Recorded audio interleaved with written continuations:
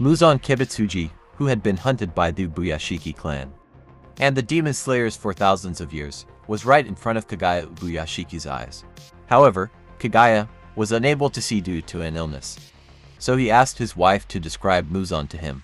Amane described Muzan as a man in his mid to late 20s, with pink eyes and vertically slit pupils. Kagaya shared his anticipation of Muzan's arrival. Kagaya knew that Muzan would be furious with the Ubuyashiki clan, and would personally come to end his life. Muzan was disgusted over Kagaya's condition, claiming that his clan had always interfered with him, and now Kagaya appeared weak and smells like a corpse. 6 months ago, Kagaya received a grave prediction from his physician, who believed he only had a few days left to live. However, Kagaya defied the odds and remained alive. This was due to his strong determination to defeat Muzan.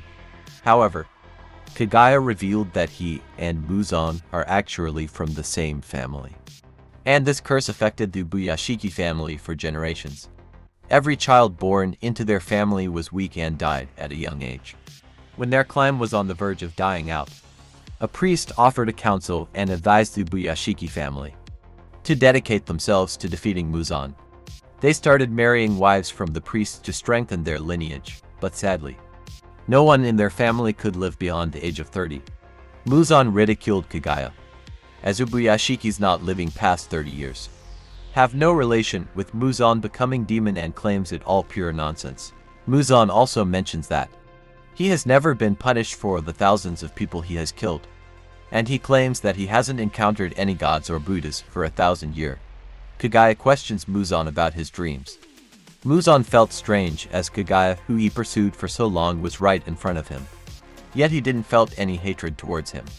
Muzan noticed that there were only 4 humans present in the mansion: Kagaya, his wife, and his 2 children. It was revealed that Muzan's dream is to be undying, and he could achieve it by obtaining Nezuko, who had conquered sunlight. However, Kagaya ridiculed Muzan's dream, stating that it is merely a feeling and would never come true, as human feelings last forever and are undying. He reminded Muzan that the demon slayers had existed for 1,000 years and many children had died, but they are not gone, and for 1,000 years not a single soul have forgiven him for his crime. Kagaya then explains to him how he has invoked wrath upon himself by killing so many people. Even if Kagaya himself were to die, the demon slayers would continue their mission without hesitation, as he himself isn't so important. Kagaya explained that the bond between humans and their thoughts is something demons like Muzan cannot understand. Kagaya explains how the demons will cease to exist once Muzan is defeated. This angers Muzan. He appears right in front of Kagaya. Kagaya doesn't consider himself as someone important, but he believes that his death would hold significance. He believes that the demon slayer corps, especially the hashiras, genuinely care about him.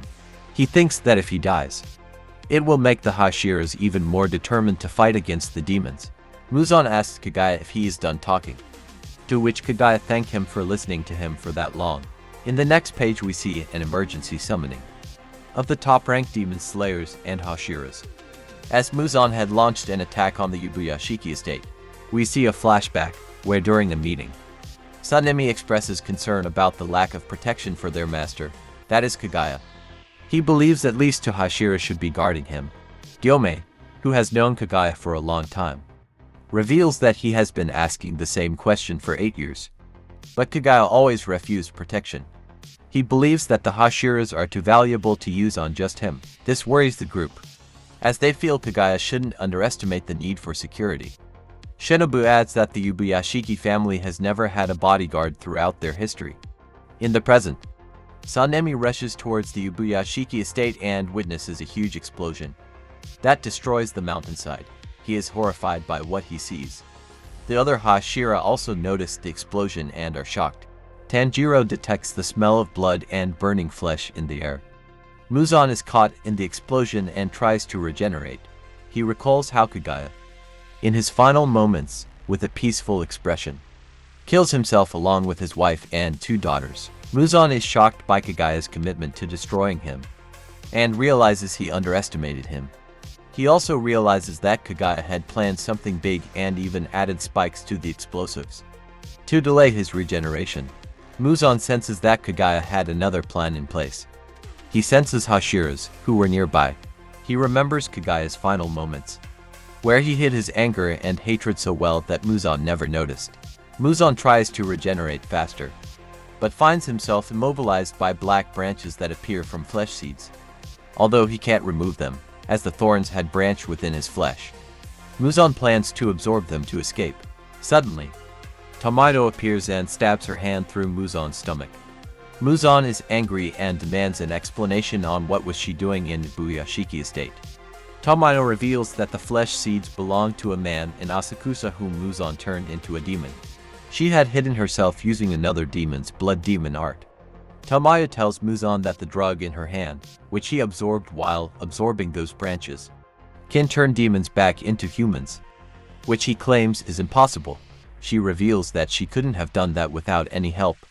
Muzan curses Tomato's stubbornness. He then reminds her how she killed her husband and children by eating them. Tearfully, Tomato explains that all she wanted was to survive her disease and see her children grow up.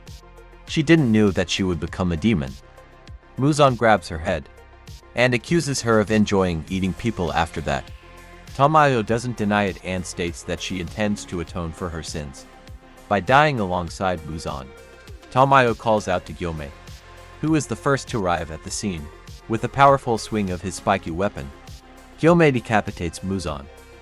In the next scene we learn about Kagaya Ubuyashiki, who passed away at the age of 23 after being bedridden due to his deteriorating health. Before his death, he used to visit the graves of fallen demon slayers every day, but his worsened health prevented him from continuing. Gyomei Himejima remembers meeting Kagaya when he was 14, and Gyomei was 18. Kagaya had a keen sense of understanding people's desires and always spoke what they wanted to hear. Even until his last moments, Kagaya's solemnity never changed. During their final conversation, Kagaya predicted that Muzan Kibutsuji would arrive within 5 days, and instructed Gyomei to behead him while Kagaya acted as a decoy. When asked about his certainty, Kagaya simply mentioned it was his instinct. The Ubuyashiki family had a unique power of foresight and instinct, using it to protect themselves from disasters. Gyomei agreed, and Kagaya expressed his gratitude, as other course members wouldn't have agreed to him becoming bait. With the assistance of Tomayo, Gyomei successfully beheaded Muzan, but the demon regenerated his head. Gyomei recalled Kagaya's words that sunlight was the only way to kill Muzan and resolved to keep him restrained until dawn. Muzan attempted to attack the hashira with his blood demon art, but Gyomei deflected it with his stone-breathing technique. Sanemi arrived and questioned Kagaya's whereabouts, and the rest of the hashira wondered about their leader's condition. Gyomei revealed that they were facing Muzan himself, shocking the other hashira who had never encountered him directly. Tanjiro, who had faced Muzan before, confronted him angrily. All the remaining hashira unleashed their unique breathing styles to attack Muzan, while Muzan laughed in response. Suddenly, enormous doors appeared, causing the demon slayers to fall into the Infinity Castle. Muzan taunted them for thinking they had him cornered, and declared his intent to kill them all that night. Tanjiro vowed to be the one to kill Muzan, and Muzan accepted his challenge. That's all for this episode. Subscribe for part 2. Until then, bye.